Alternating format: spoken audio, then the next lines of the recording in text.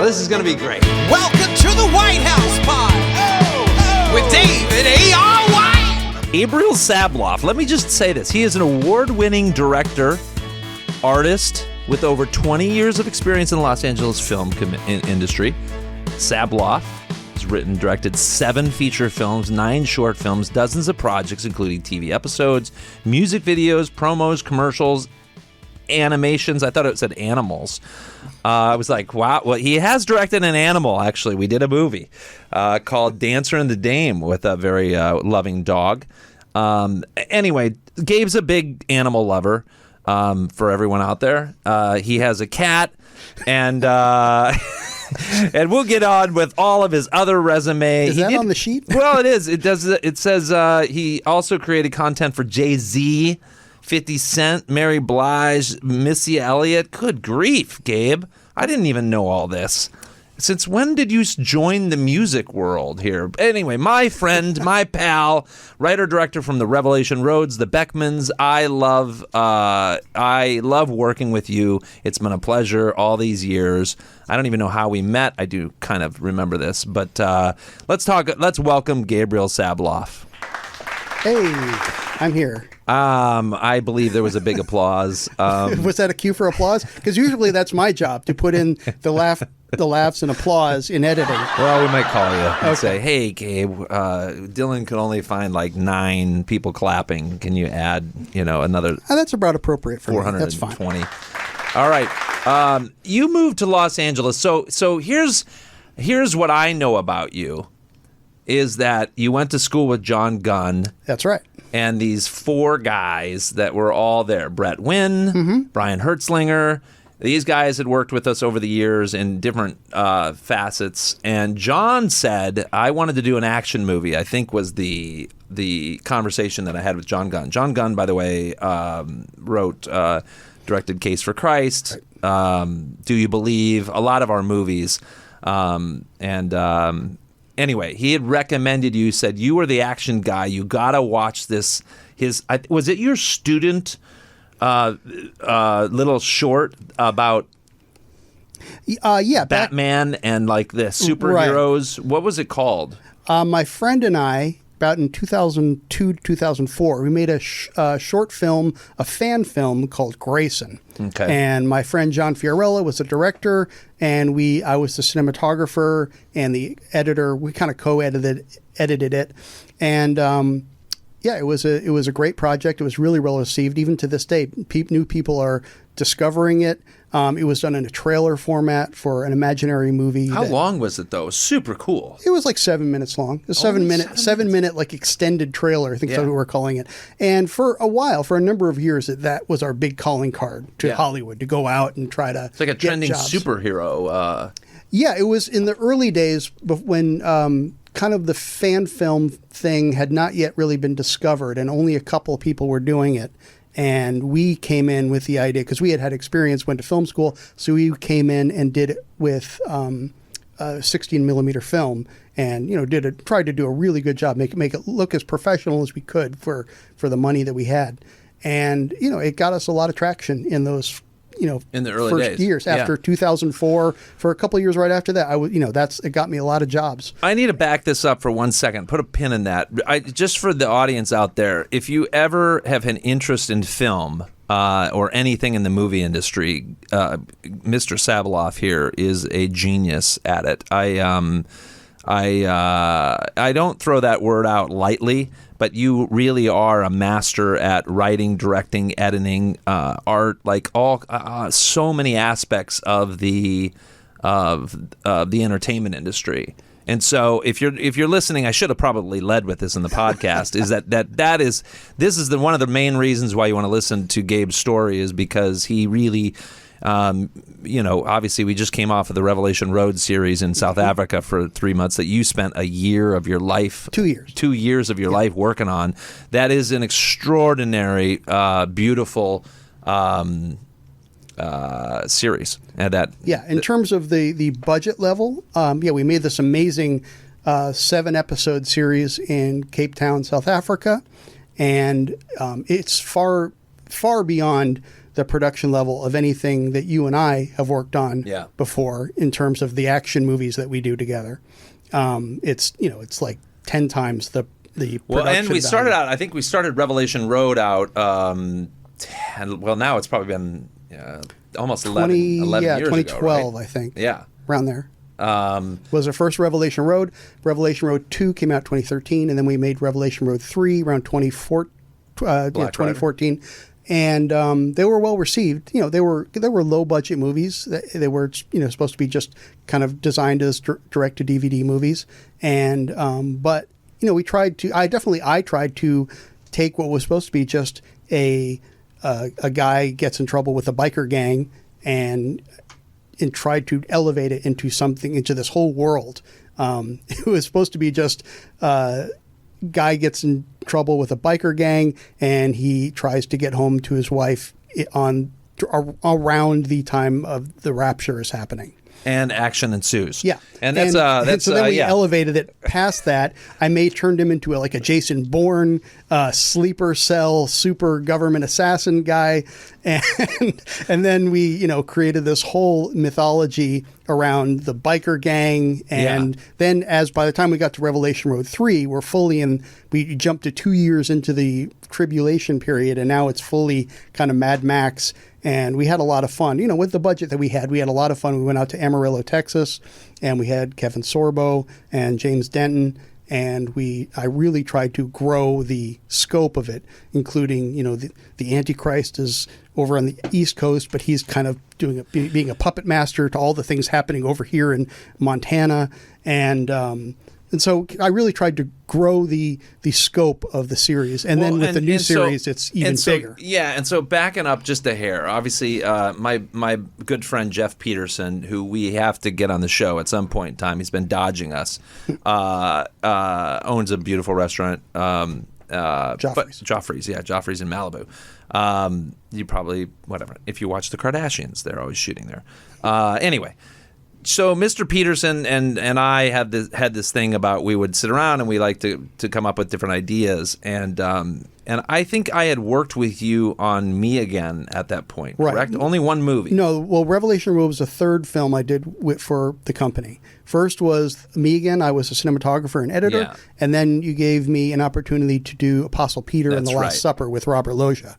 Yeah, that's right. And that was really fun. We did that. We shot that in about 9 wrote days and direct or that 11 one. days. Did you write that one too? I did a rewrite, but I didn't. It wasn't my idea. It was just Simon Peter in jail, waiting for his execution, tells his story to a Roman soldier, and then we flash back to the whole Last Supper story.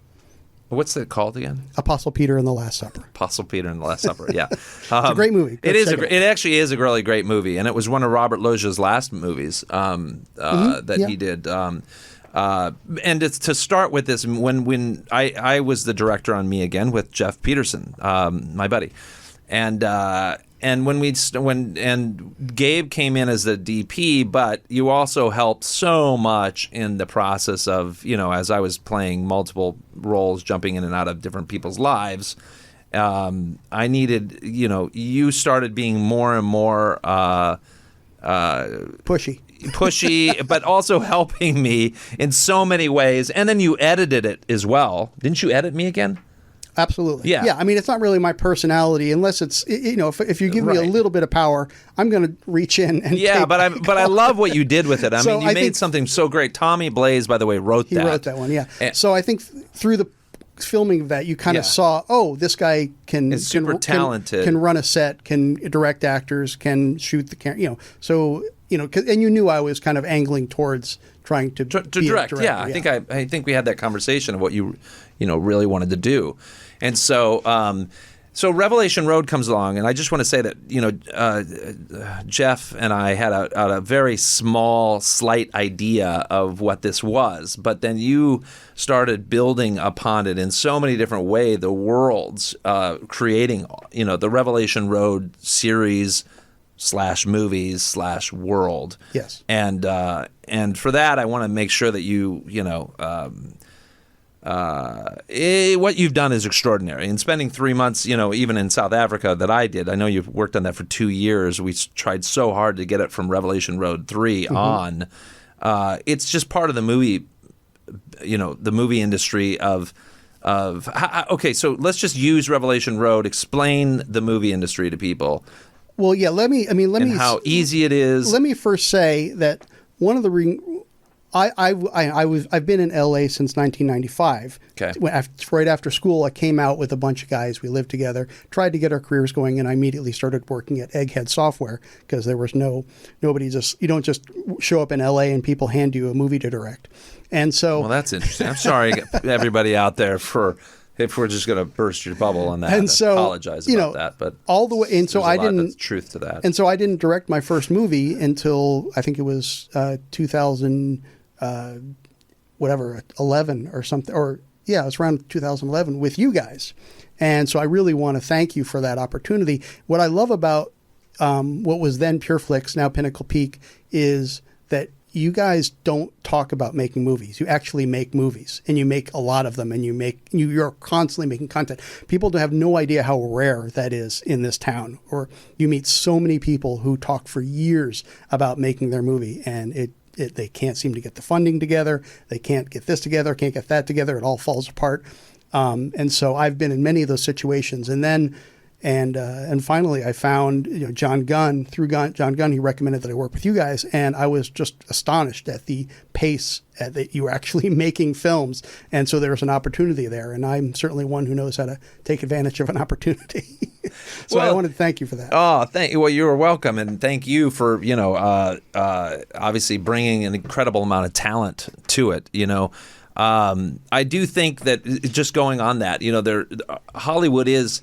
It's a funny thing because when people get here, obviously we meet new folks all the time, and for whatever reason, this town. Roger, would you agree with this? Breeds people who talk a lot and don't actually do things.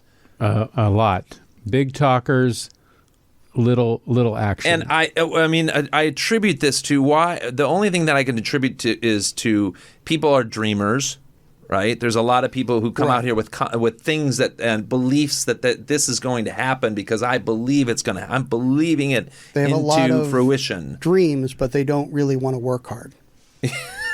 And a lot of them are also creatives, which even makes it more complicated because it's not like business people are flocking to Los Angeles to be in the film industry. There are obviously those are the investors, but most of the time, a lot of those guys are people who didn't really work out as actors or directors or whatever, and then they go into. It's kind of like casting. No offense to casting directors. Your own story is extremely interesting in that regard, and how you just came out here to be an actor. You didn't have. I don't think dreams of being a self-made movie mogul, producer, distributor. I don't think you had any of those thoughts. Well, I did want to. I actually always wanted to be a producer. I remember sitting on a tractor in the middle of a wheat field. When I was in high school, thinking, "Oh, I want to produce and make." I love the idea of putting together a group of people and doing a story that I love to do. But I don't want to do it until I'm like old, like in my 40s. Instead, I did it in my 20s, and I got fast tracked to move quicker into that. It's just for all the people who are dreamers who come out there are dreamers, they need to attach themselves to someone like me, who is basically just the workhorse, basically the guy behind the scenes. I'm not interested in being really in front of the camera. I like the way that you're selling yourself here. It's someone needs to actually sit there and do the grind.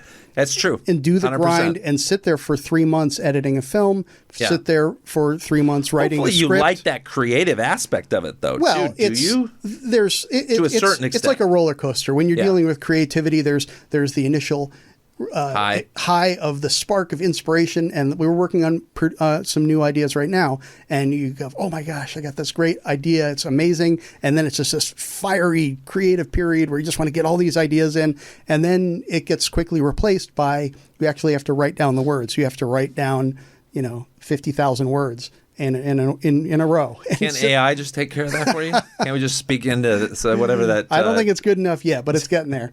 And so that's something I definitely pride myself on, and I hope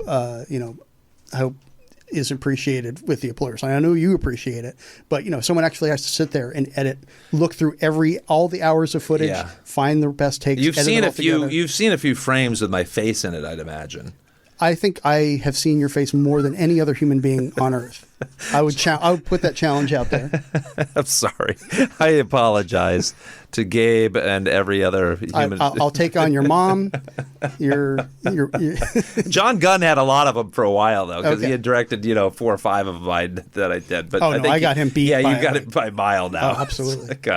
No, we did Me Again. We did the 3 Revelation Roads. We did Beckman, Dancer and the Dame. I've done little the Hitting the Brakes. That's right.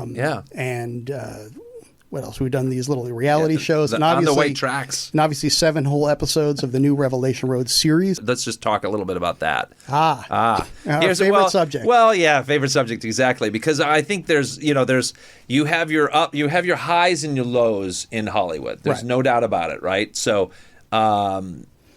You have really bled for Revelation Road, the series, and the movies for that matter. Mm-hmm. But what you created is, I think, extraordinary, and it's what you call the Empire Strikes Back. Exactly. Of the Empire Strikes Back meets Mad Max of faith-based adventure cinema.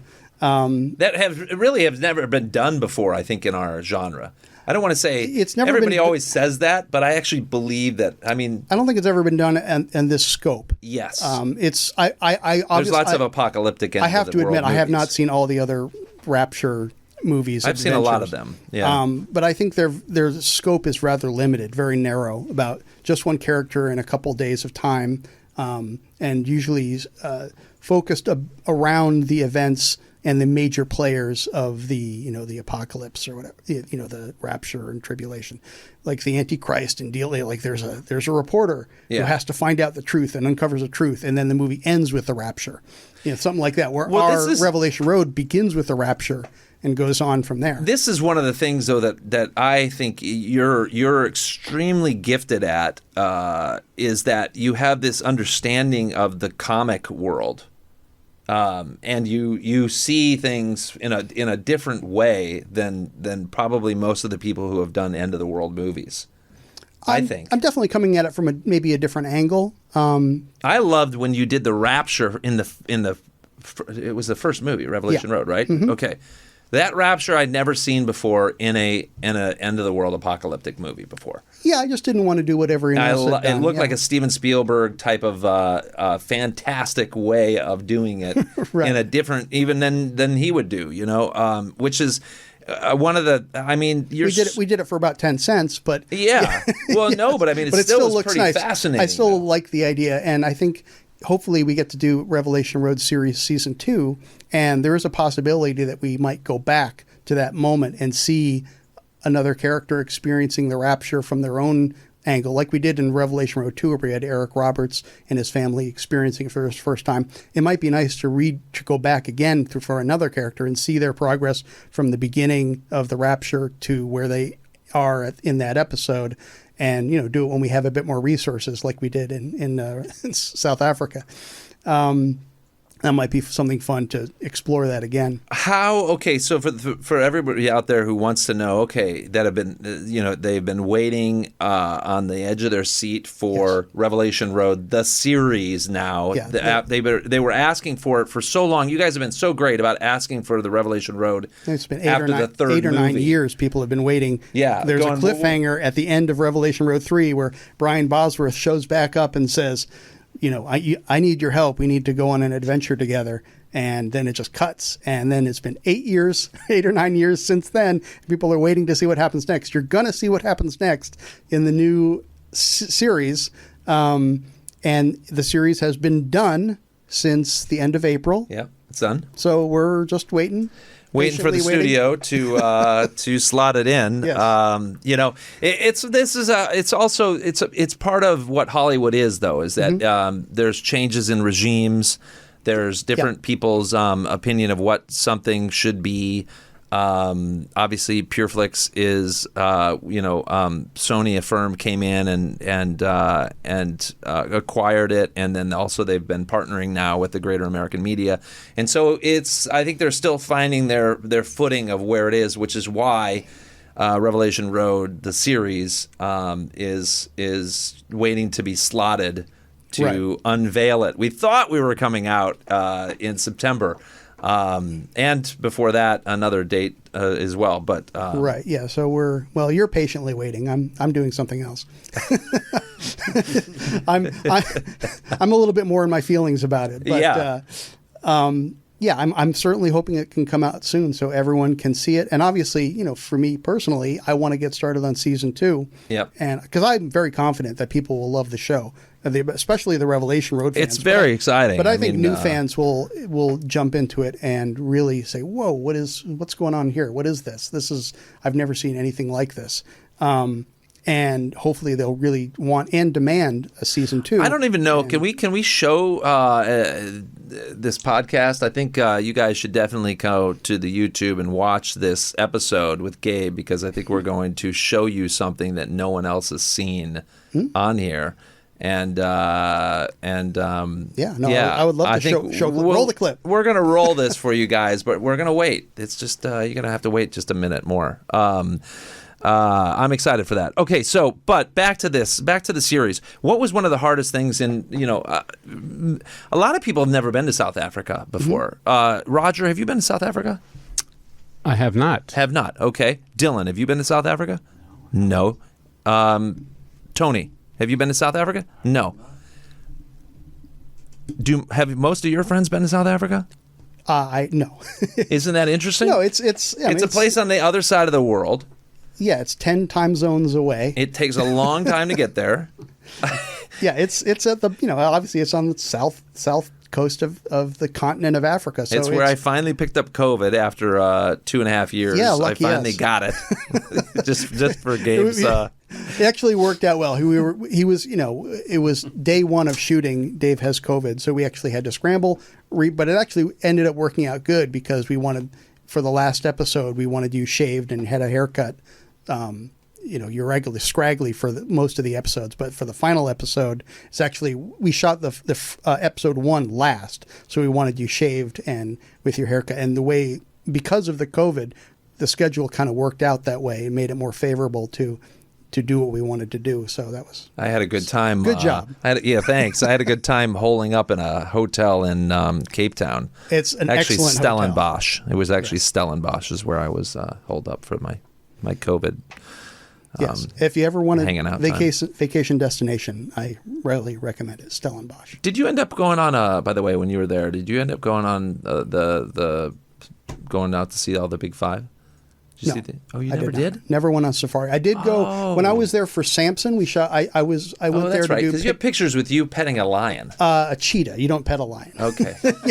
Either way, I wouldn't be petting a cheetah either. No, cheetahs, if they're raised by humans from birth, they're very tame. They're just like big dogs. And they're very. That's right. pleasant. I forgot to say that you also you did Samson as well. Mm-hmm. Well, yeah, a large majority of the primary. Yeah, but you did all the action sequences and. Right. There was a decision that was made where they thought the action of the movie was a bit undersold, so the decision was made to send in Mr. Action. Mr. Action, Gabriel Sabloff. There we go. By the way, if you've never seen Samson, it is worth a watch. It really is. It did okay in the theaters. It didn't do. I think we were against a lot of stuff. We were against Black Panther. Yeah, that's right. Oh. Probably another movie that was shot in South Africa. Either way, more people went to see Black Panther apparently than Samson. It's a good watch. It's everywhere. I was a great experience. Probably the best experience was actually watching the Samson trailer and a bunch of my shots in front of Star Wars. That was pretty cool. That was cool. Very cool. Anyway, it's worth watching. And all right, well. I did go see some elephants and some lions and whatnot. I didn't pet a lion or a cheetah, but I did not pet an elephant either. That's probably for the best. Okay. Well, thanks for joining. Okay, no, we're not going to end like that. We can't end like that. Okay, so Revelation Road, you're in let's back up for a minute. Mm-hmm. So you come to Hollywood, right? When you talk to the people out there who are aspiring dreamers, what is something that you tell them to? What was one of the harder things that you had to go through in coming from the East Coast boom out here? I mean, there's so many Was things. it the weather? No, I've never loved the weather here. Roger and I like the weather a No, lot. Right? I hate the heat. I want to be somewhere cool, 68 degrees year round. That's fine for me. That sounds terrible, just for the record. But okay. Maybe I would love Welcome to to be Los Angeles. I would love to be in Seattle or somewhere where that's not this unyielding, unending heat. I think the biggest thing for people is perseverance. Yeah. You have to stick it out. I mean, it's if you have talent. If you don't have talent, you're gonna wash out eventually when the phone just never rings and it's but if you have talent and people recognize your talent, then it might take a while. For me, it took 20 or so years to direct my first feature. I was in show business. I was doing the work behind the scenes. Like you said in the beginning, I was working as a creative director to a company that did a lot of work for hip hop and music acts and things like that. But I came out here to be a movie director, movie producer, and it wasn't until I think 2011 or something. I came out here in 1995. 2011, I think, was when the time you guys were nice enough to give me that opportunity. So, it's just about perseverance. If you come here and you have a 5-year plan and things don't work out and you leave, you just need to stay here longer, because I've known lots of people like that who come here and they say, "Oh, it didn't work out for me." Well, it's like, well, you got to sometimes stay here 20 years to get where you want to go. Everybody likes that, like the 10-year thing. For whatever reason that was going on, I think maybe with Jim Carrey or something. It was that the reason why, where people would be like, "Oh, it's 10 years. You got to give it 10 years to break through in Hollywood." Right. And you have to have a script. Everyone has a script. You have to, if you want to be. And that's another weird thing about Hollywood. You show up and it's like, "I want to be a director." "Oh, great. What have you written?" Nothing. Well, you better get writing, because that's kind of your in. Yeah, most directors don't like to write. Well, you kind of But then they have to learn to write. John Gunn was that way too. Like that. I remember that whole thing when he first started writing. He hated it. Right. Now he's like, he's writing. Yeah, no, he's doing very well. But and was that your thing too? You didn't want to write at the beginning? I didn't consider myself very good at it. I've definitely learned over the years and got much, much better. And but you have to have other skills. You can't just come out here to be a director. Have you always had all of your skills though? No, I developed them through the years. When did you start being an amazing editor? Well, I went to film school and I learned editing when I originally learned editing, it was, before I even went to film school, I went, everyone was just on the videotape. Oh, the cutting? It was terrible because it's linear. You have to, if you hate your edit 10 minutes ago, you have to go back and lay in all the edits again. It's madness. But then I went to film school. I learned to cut on the film, just on the film cutters, the actual physical film. And then a couple of years after that, the nonlinear digital systems started coming in. So, and then through the years, I learned how to do Avid and Final Cut and started getting to it. But you have to have skills. You have to, if you come out here and want to work in the movie business, you have to be constantly gaining skills and constantly updating them to what the latest technology is. Like right now, I am learning the AI systems. Right now we're working on some art projects that is involving Midjourney and things like that. So you got to kind of stay on the cutting edge, or else you just get left behind. Yeah. The irony of that is I mean, I think it's similar because somehow in our brain we've been taught, well, once you make it, right? Once you break through that, you're going to be resting on your whatever that you've already accomplished. But in reality, it always feels like you can rest for a second, but ultimately it's like, what are you doing next? Yeah, you have what's on your plate? It's a roller coaster. This business is totally a roller coaster. I mean, a year ago, I was standing in front of a crew of 200 people with all the toys, with RE cameras, with all these amazing actors and amazing costumes, and we were doing action scenes, and it And today we're doing. You're on my podcast. No, we're all trying to just scrape by because we're kind of at a dip right now where we're just doing these little reality shows. We're trying things. We're kind of regrouping and writing scripts. And because the nature of the business has changed a little bit, and that's happened to you many times throughout your career. And you just 100%. have to kind of ride the peaks and the valleys of this this entertainment adventure. I mean, I was told early on, I got to thank Rich Cristiano. I call him the godfather of Christian movies. He's the one who told me, hey, you should go into producing. He told Kevin and I the same thing. And, and obviously Kevin Downs has gone off and done all this stuff with Kingdom and over in Lionsgate, and then we went off and did the Pureflix and those movies. But it's interesting because I had this similar, when I first landed in LA. For the first 10 years, really, I didn't really want to be doing anything other than, I was fortunate to get on Evening Shade right away after 6 months. So surrounded by all these legends with Burt Reynolds and everybody else, I had either won an Oscar, an Emmy, or a Tony. And that is a wonderful way to go, is like just going to work. They pay you a lot of money. You're on a soundstage, and then you go home, and then you get another script, and you just keep doing that. But the thing that I credit Rich from saying, no, you really, as an actor, you'll be better off if you can figure out how to produce as well and do it now. Start early. So I produced my first one when I was 25. Again, I was like a co-producer on something, and then I did like an infomercial. I played around with that because I had a lot of time on my hands.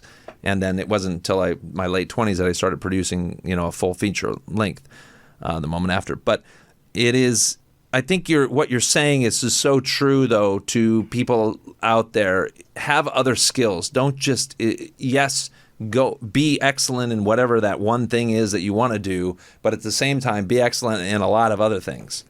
Right. And you can't, and I just heard this quote, I think Tom Hanks said it, about his co-star, the guy who did the Elvis movie, Austin Butler. I think I just heard a quote from him the other day about the term emotional whiplash.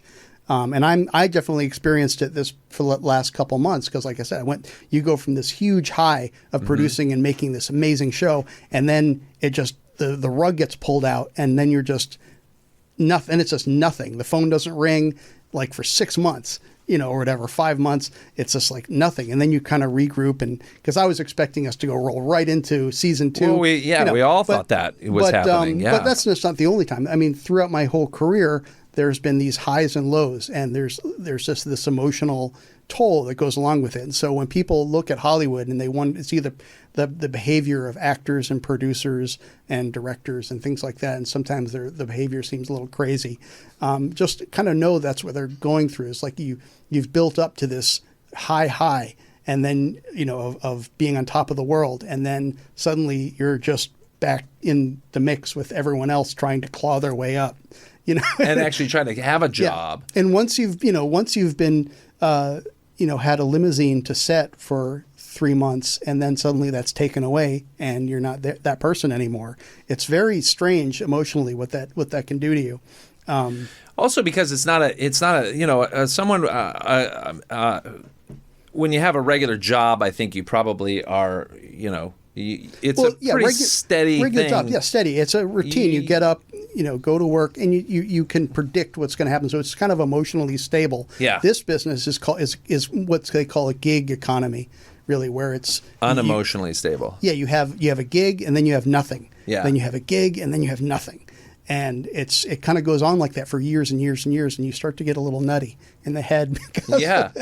Well, yeah. I mean, that's obviously another reason I think why family, friends, relationships are so important. And it's one of the reasons why, like in Los Angeles, like I'm so grateful to have friends like you, Gabe, and you, Roger, and Dylan, and Tony. Maybe we'll be friends in the future. I think so. He's from Kansas, which is very welcoming in my community. If you're from Kansas out there, look us up. No, just kidding. It's so weird. No, but But it is that's when I stumbled into LA. The biggest thing for me that I loved watching Burt Reynolds is he had all his friends for 30 years on that show. Over the next 4 years, it was amazing to see all these, and most of them were legends. Well, coming in too. I mean, yeah. Well, there so are that was a whole other realm. There are the exceptions. There are the superstars who never experienced the lowest lows. But I actually think that they do, though. Oh, they do. They experience it in different ways because they're even their stars are like on fire in different ways. Like Burt Reynolds, if you read his book or any of that, which I have because I'm I mean, he was killing it for 3 decades, but then I think there was a dip. And then he had a huge dip. Well, he had multiple dips throughout his life. Okay. A lot of times when they thought he had AIDS, when he actually had TMJ, after Evening Shade he dropped off. When they had a whole internal but that was dispute. your first experience with hitting that low once you went off that show, right? Correct. And then obviously up and down through my acting career. But my point is it's the friendships and it's the relationships that matter. And I'm grateful to you for all the years that we've known each other. We've created a lot of different things, like Beckman, for example. Let's talk about Beckman. Okay. Not a lot of people talk about this movie, but a lot of people like this movie. And somebody mentioned it the other day to me, actually. We just wanted to make a kind of traditional. How did that movie start? Well, you just called me and said, I want to make a revenge movie, and just a straightforward traditional revenge movie. We kicked around some ideas, and obviously we needed to keep it in the faith-based space. So having the. But we were also doing. I think it was because we were doing pieces of it. We were supposed to be doing little episodes. Oh, that's of it true. At the beginning. The original conception was. It was supposed to be something for Facebook Watch back when that was a thing. That was a thing for like a month. 2 minutes. Yeah. And that's how I got Beckman approved, actually. That was the start of that because it was way off base of anything that PureFlix had ever done before. Right. And if you watch the movie, assassin, you'll see who's a pastor. If you watch it, you'll see that it's divided into 7 chapters. And those 7 chapters are supposed to be the 7 episodes that it was broken up into for the Facebook Watch format. But then that kind of went away. We just said, let's just make it a feature and have these chapters in it anyway. And I proposed that we would do that one in a different way than we normally did it. So normally we shoot a low budget in like 12 to 15 days.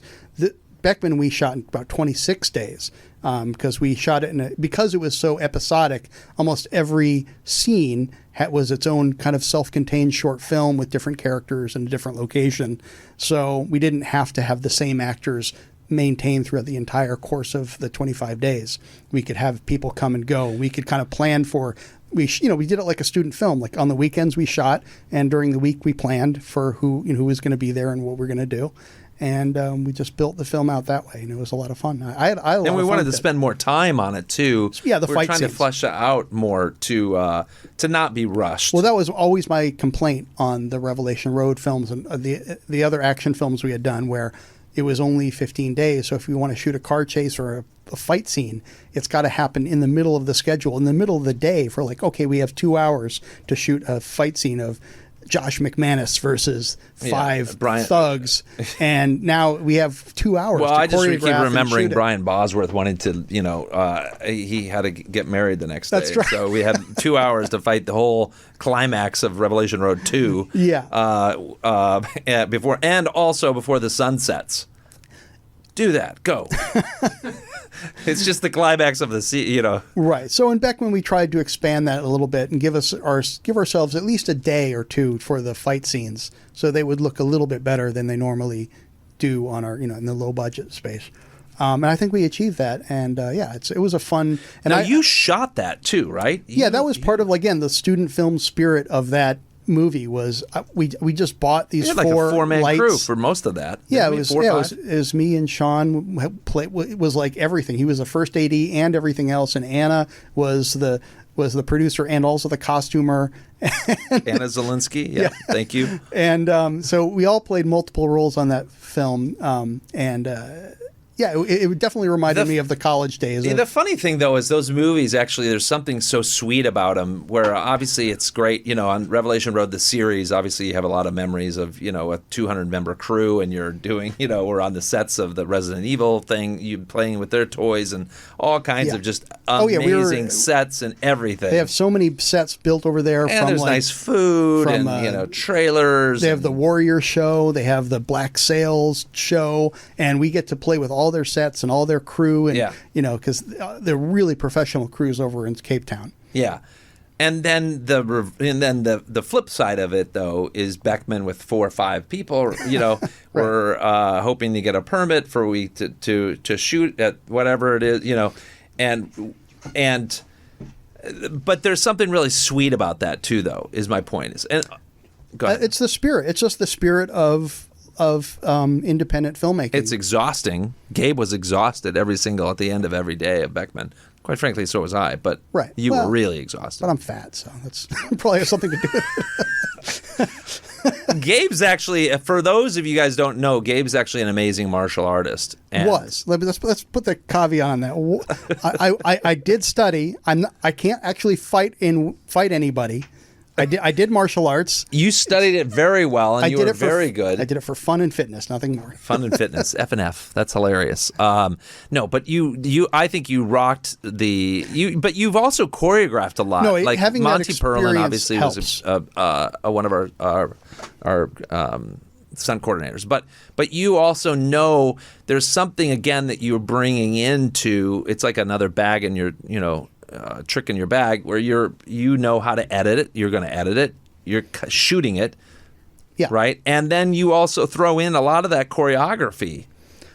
Well, yeah. I mean, like I said, like we were saying before, having these skills, developing these skills over your life, you cannot be a director and just live on set, or like you can't be an actor, and you can't be an actor of any substance and just live on set nonstop. You actually have to go live life, acquire skills, acquire experiences, and have this rich life experience, so that when you can bring that to your films, into your work, you can't just be doing one thing, just acting, and because you're not going to get a lot of experience from just being on a set all the time or just editing all the time. You have to go out and everything you do that's outside of film is going to make your film work better.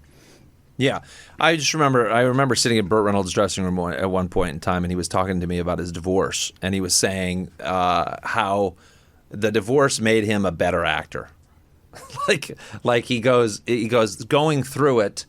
It was it was so painful. It's part of life, but in the process of it, you become a better artist. And so right, yeah, that's but yeah, all that to say is that, not to say that you need to go to get divorced to be a better artist. No, right. But all that to say is that you can't be a filmmaker.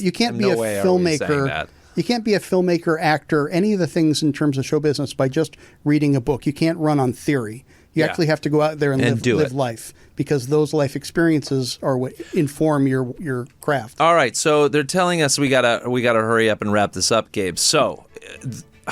Oh, wow. You're being played off. Look at that. Am I being played off already? My gosh, you guys.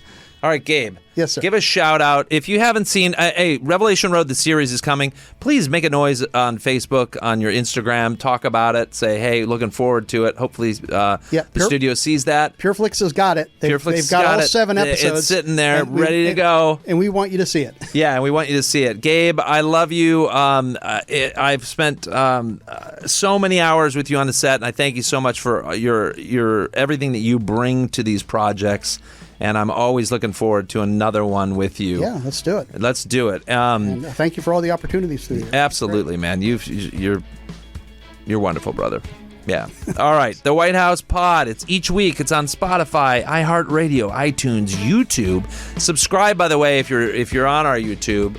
Hit that button, because you're going to want to watch this next thing that we're going to show you really quick.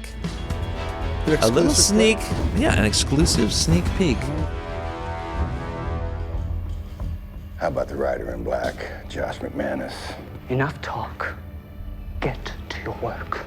They say he killed Tyrate. A filthy lie. The rider's a fantasy. No, he's real. I've met him. What's going on up there? It's vacant. I think he fell. He ain't moving. What do I do?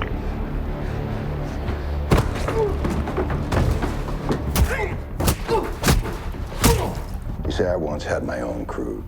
And Josh, well, he killed them all. Laid me low. Didn't even break a sweat.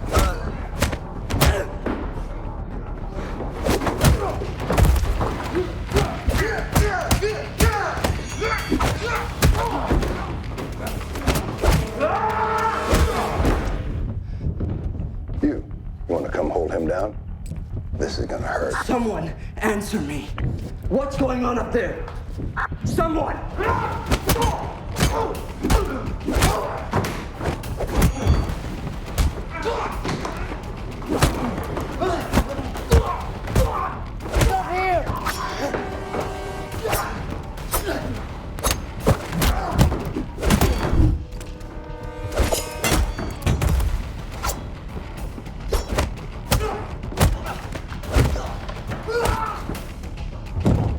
The writer's real, all right.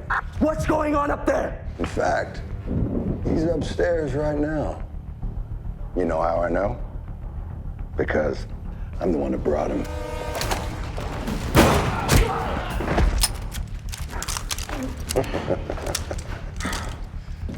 God will repay each man according to his deeds.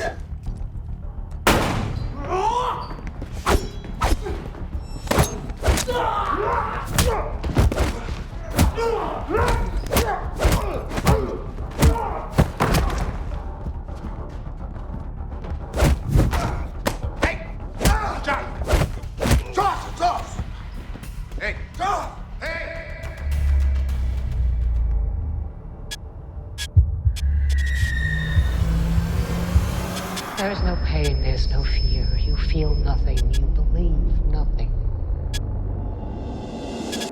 Okay.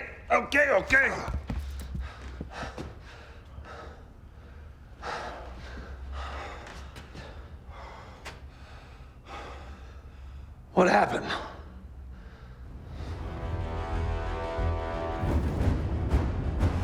All right, you guys. God bless you. Have a great day, and we will see you next time.